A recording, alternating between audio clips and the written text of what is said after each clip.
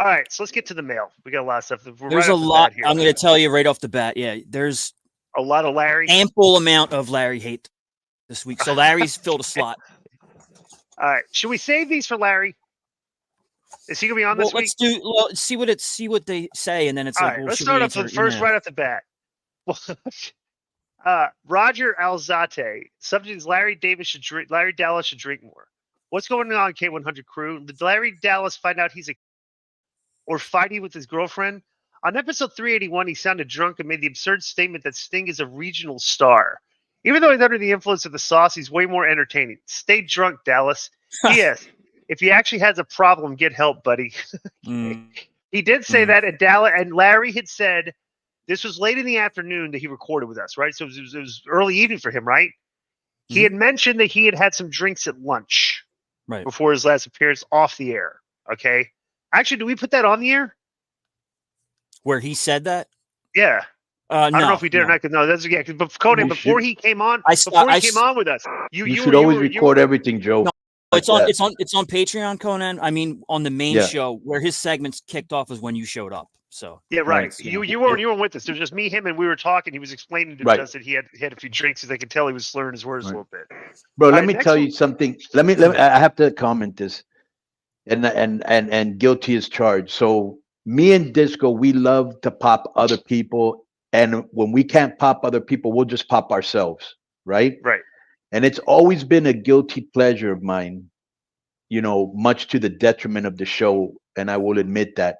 Bro, I used to love all the hate Billy got. I used to see how he would get people to leave me off.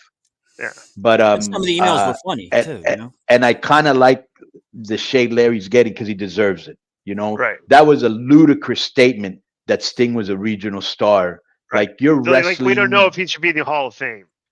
Like, I don't know. I don't know what he was thinking. I'm like, dude, put the Bushwhackers are in the Hall of Fame. Like, you're trying to tell me the Hall of Fame. He's still he's tweeting both of us about it, like right now. Di, he's still defending himself, Larry. Yeah. Okay.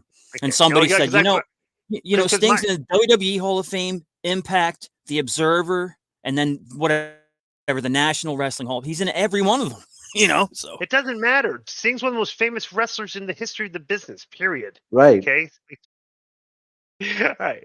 So next one's from Jared Aviat. The subject is bad comedy in wrestling. Hi, K100 fan. Just curious to your thoughts on the bad comedy in wrestling. Seems to me that over the years, we either have wrestlers who think they are funny but are not, and who are the presidents of their own fan clubs, or we have poor excuses for comedy segments like this week's Otis Tozawa segment on Raw. Why do you guys think there's a lack of good quality comedy writers in wrestling? Does no comedy writers want to work in wrestling? Also, you guys made a point about Top Dollar recently. Just wanted to say, I interacted with the guy online. He comes across as a super insecure piece of precious crystal. He's constantly arguing with folks. Have you guys noticed this? No wonder WWE cut him. Thanks for your time. Regards, Jared.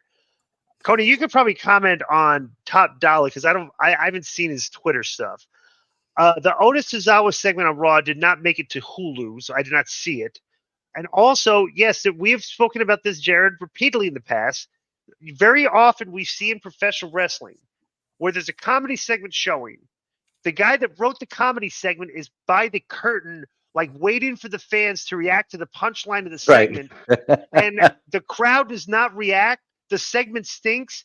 And the guy probably just ends up closing the curtain, like, what's the meme where in the bushes, the bushes, right? Yeah, like, bro. I mean, let's be honest. Like, whoever's writing the comedy in wrestling, it needs to go to a committee, okay? Because I think maybe just one or two people are rubber stamping the comedy segment. My favorite part, Disco, is the guy that does the comedy, right?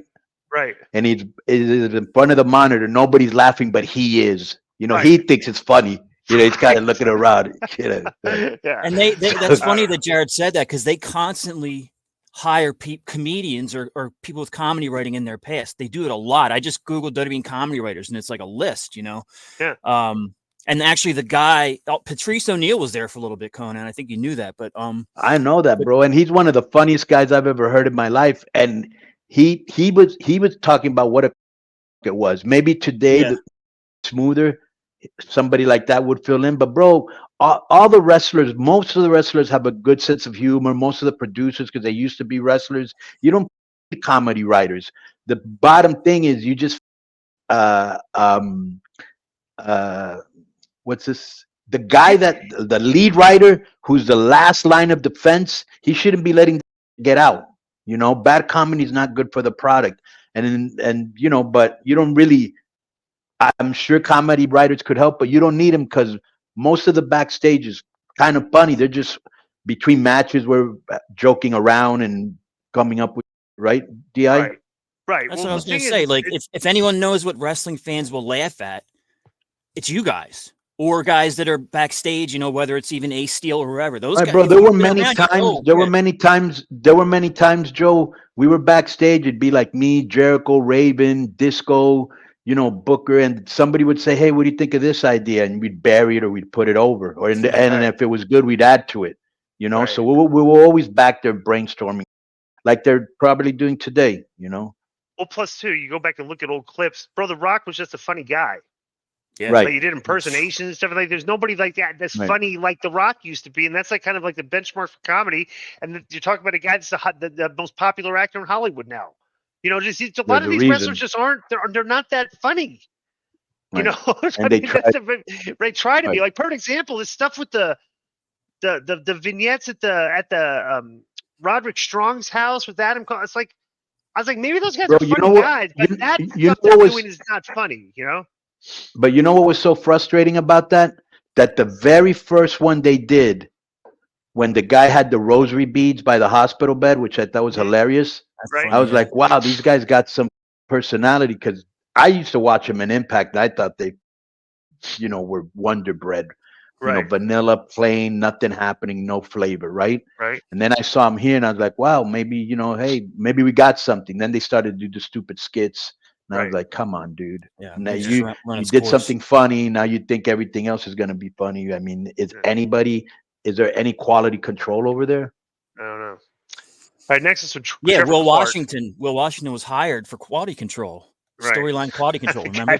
The guy from Fightful they hired. Like, next one's from. This is an interesting one. Next one's from Hank Beanie.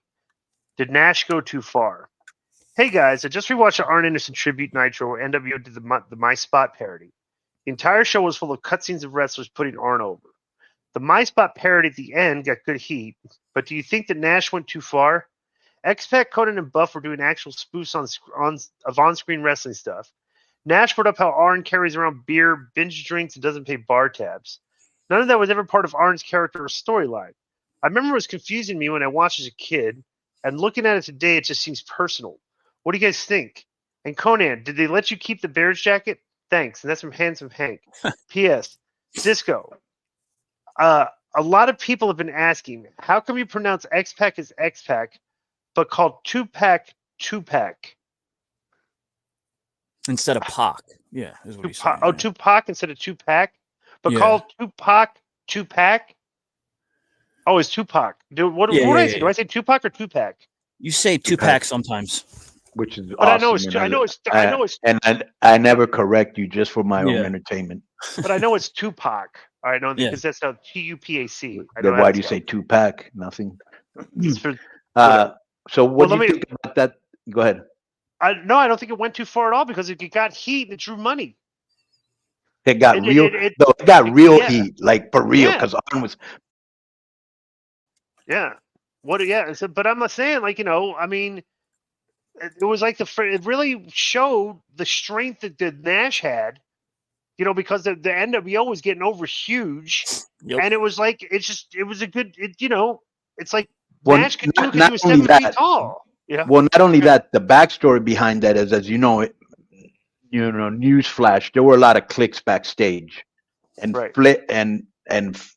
and Arn was obviously in Flair's clique because they're boys, right? And there was not a lot of love lost between Flair and Hall and Nash.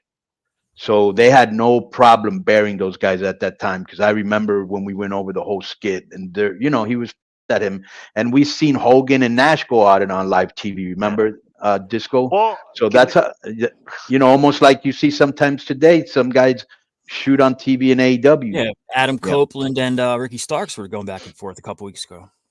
Right. Yeah. Well, let me tell you this too. It just shows you, because Nash knew that those guys were burying him to Bischoff. You know, Right. so Nash, Right. all right, I'm gonna go out on TV. Here we go. Yeah. You guys want that's Right. Nash's way, bro. And here's the fans that don't know.